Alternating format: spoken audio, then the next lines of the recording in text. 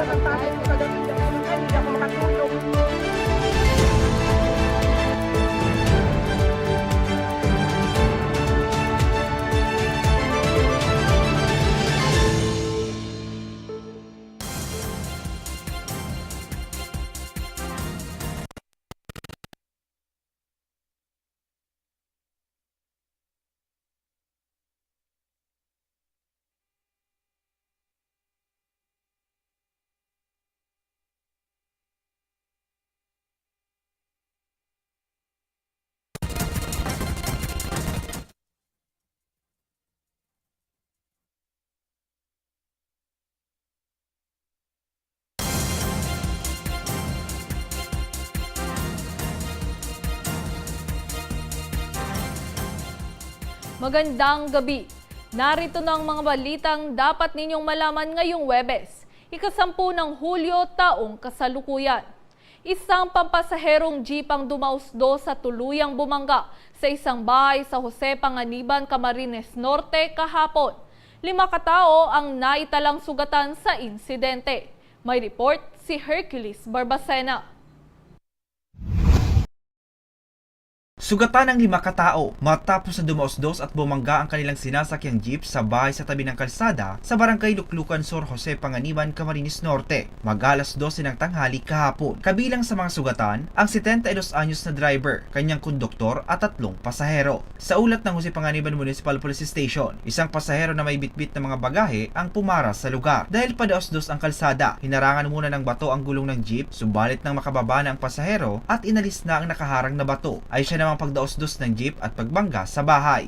Bukod sa bahay, 2 motorsiklo din ang nadamay. Nung i-start ng driver, pinag-try ng driver na i-start yung jeep. Nag-start pa naman ang problema, hindi na pumasok yung cambio, then hindi na rin pumasok yung brake niya. So, makatawid na wala na lang ng preno. Then nagdiretso na yung jeep, pre-wheeling na siya. So, nung makita ng driver na gano'n na yung sitwasyon, mabilis na tumakbo yung jeep pababa, ay pinanggaan niya yung jeep para doon sa isang bahay para less na yung casualties. Nakalabas na ng ospital ang 2 pasahero, habang patuloy pa nagpapagaling ang 3 iba pa. Posible naman na maharap sa kasong reckless imprudence resulting in multiple injuries and damage to properties ang jeepney driver. Sa ngayon po, wala pa pong maliwanag na pero dahil maayos naman yung flow ng nila, parang magkakaroon naman sila ng maayos na settlement at inaasikaso naman yung may-ari ng jeep yung mga victim natin. Pinaalalahan naman ng otoridad ang mga motorista na tiyakin ang maayos na kondisyon ng kanilang mga sasakyan bago bumiyahe para maiwasan ang anumang aksidente sa daan. Para sa mga balitang Tatak Bicol, Hercules Barbacena.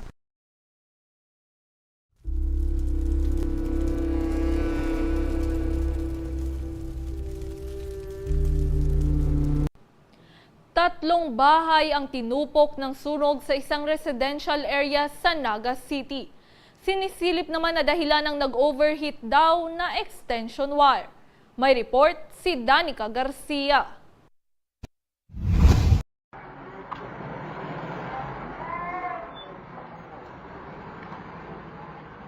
Isang bahay sa Zone 7 Villarobredo Subdivision, Barangay Sabang, Naga City, ang tinupok ng apoy mag-aalas 10:30 ng umaga nitong Martes, July 8. Ayon kay Senior Fire Officer 1 Arwin Yap, Chief in Charge ng Bureau of Fire Protection Naga City, nagsimula ang nasabing sunog sa isang kwarto sa ikalawang palapag. Nadamay din maging ang 2 kalapit na bahay. Tinitingnan na sanhi ng insidente ang nag-overheat umanong extension wire.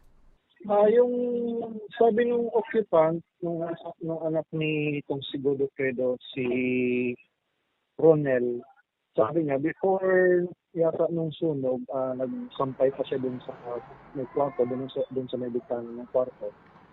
And after nun, lumabas siya, may binili pa. Pagbalik niya, narinig niya na lang yung kapatid niyang babae na nagsisigaw na may apoy daw dun sa taas. So, trinay niya rin puntahan, kaso grabe na daw yung puso, kaya lumabas na rin siya. And wala na sila nakuhang mga nailagkas sa mga gamit pa din sa loob. Umabot ito sa first alarm at tuluyang naapula mag-aalas 10:39 ng umaga. Tinatayang aabot sa 600,000 pesos ang iniwan nitong pinsala. Kung sakaling aalis ng bahay, make sure na sabi na natin aalis or matutulog. Kasi mostly ganun yung nangyayari. So, kung aalis o matutulog, make sure na wala ng mga nakasaksak na ibang appliances na nakacharge o kaya ginagamit. Kung hindi na ginagamit yung appliances, siya nakasaksak. Kasi minsan akala natin hindi siya gumagana, pero yung pala nag-overheat na. Mostly nangyayari ito sa mga electric fan kasi minsan akala natin okay lang na umaandar, pero minsan kapag umaalis tayo, pagbalik natin akala natin sarado na, pero yung pala itong stock up kasi parang ito nag-overheat na siya. Maswerte naman na walang nasaktan sa nangyaring insidente. Para sa mga balitang Tatak Bicol, Danica Garcia. Pot session ng ilang kalalakihan na aktuhan ng mga rumorondang pulis sa Vera Falls sa Malilipo, Talbay. 3 sa kanila ang nahaharap sa kaso habang absuelto ang isa sa mga naaresto matapos magnegatibo sa drug test. Nagbabalik si Danica Garcia. Inaresto ng mga rumorondang tauhan ng Malilipot Police ang 4 na kalalakihang ito matapos umanong maaktuhang nagpapat session sa Busay Falls sa Barangay 1, Poblasyon Malilipot, Albay, alas 4:20 nitong Martes, Hulyo 8. Ang mga sospek ay edad 19, 20 at 22 anyos na pawang mga estudyante sa kolehiyo at isang 26 anyos na helper na mga residente ng Barangay San Isidro, Iraya, parehong bayan. Nakumpiska sa posisyon nila ang pinatuyong dahon ng marijuana, tube at lighter. Siguro nagkampante itong grupong ito dahil medyo ilang buwan na rin nakakaraan ang wala kang daw dyan sa Busay Falls. So nung Martes na-chipkuan itong 4 dahil gumagamit ng marijuana. 3 sa mga nahuling sospek ang nagpositibo sa drug test, habang absuelto naman ang 22 anyos na kasamahan nila matapos na magnegatibo sa nasabing eksaminasyon. Upon the order from prosecutor, dahil po sa negative sa drug test, kaya pinarelease na po siya. Ayon sa pulisya, hindi ito ang unang beses na may nahuli silang gumagamit ng iligal na droga sa nasabing paliguan. Kung maaalala, ilang kabataan din ang hinuli nitong mga nagdaang buwan matapos na maaktuhang nagpapat session. Opo, meron ng close coordination po doon sa mga nagbabantay na tanod. So, meron naman po lagi nakatbantay para monitor. And at the same time po, araw-araw po yung pinapatuloyhan, naka-uniform, yung patuloy namin, and yung mga operatiba. So, pinapasya lang po yan lagi dahil nga sa mga monitor na may mga kabataan na yung iba ay sinasamahan ng kalukuhan, yung pagpaliligo nila. Mahaharap sila sa kasong paglabag sa Republic Act 9165 o Comprehensive Dangerous Drugs Act of 2002. Para sa mga balitang Tatak Bicol, Danica Garcia. Susunod, Sustainable Livelihood Program payout isinagawa sa Albay. At P-pop group na Bini nakatakdang mag-perform sa Ibalong Festival. Iyan di ba pa ang balita sa pagbabalik na Ako Bicol Online TV.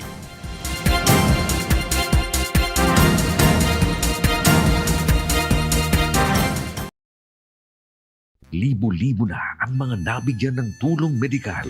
Bata, matanda, kahit sino man, lahat ng mga may karamdaman, may maaasahan.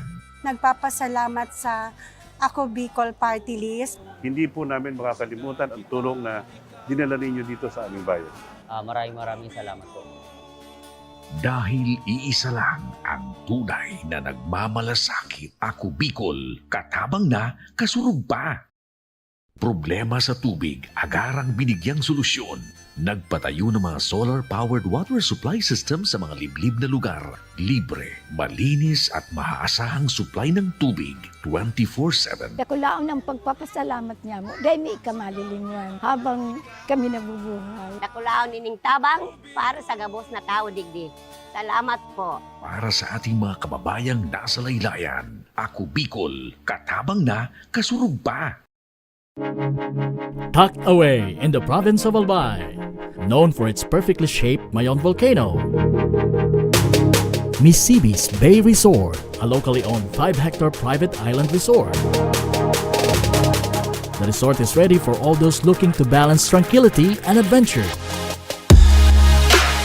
This tropical destination is where guests can either choose to relax under the palm trees or have an adventure under the sun. It features modern and luxurious rooms and villas, recreational facilities, and sophisticated services.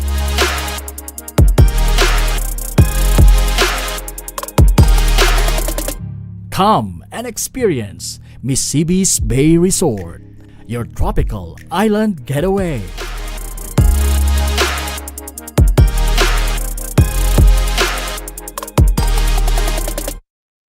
Daan-daan na po ang mga nakapagtapos at may mga kanya-kanya ng propesyon.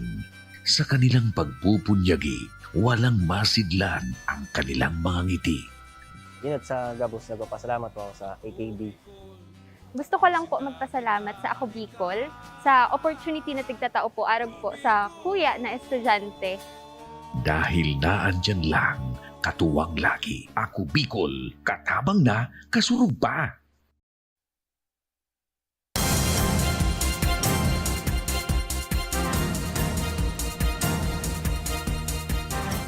Nagbabalik ang Ako Bicol Online TV. Idinaos kaninang umaga ang groundbreaking ceremony ng itatayong Bicol Trade Center sa Legazpi. Ang pasilidad ay magsisilbi raw na tahanan para sa mga micro and small enterprises o MSES sa rehiyon. May report si Mel Moral. Idinaos kaninang umaga ang groundbreaking ceremony ng itatayong Bicol Trade Center sa compound ng Department of Trade and Industry Bicol sa Rawis, Legazpi City. Ang 3-story building na ito ay may lawak na 400 square meters at nagkakahalaga ng 50 million pesos. Dito na rin ilalagay ang opisina ng DTI Albay. Mayroon na rin itong function hall para sa iba't ibang aktibidad tulad ng mga exhibit, product development at capacity building events.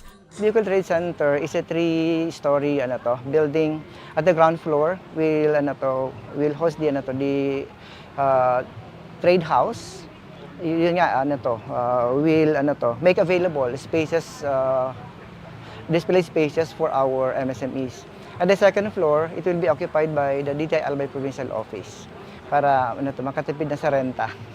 And then on the third floor, may mga function halls. Which is, perhaps it will be open to the public para magamit din.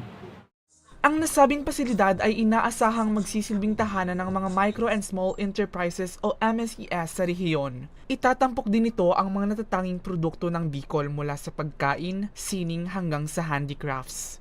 Pangarap namin na magkaroon ng isang one-stop shop sa ating mga micro, small, and medium enterprises as far as trading is concerned.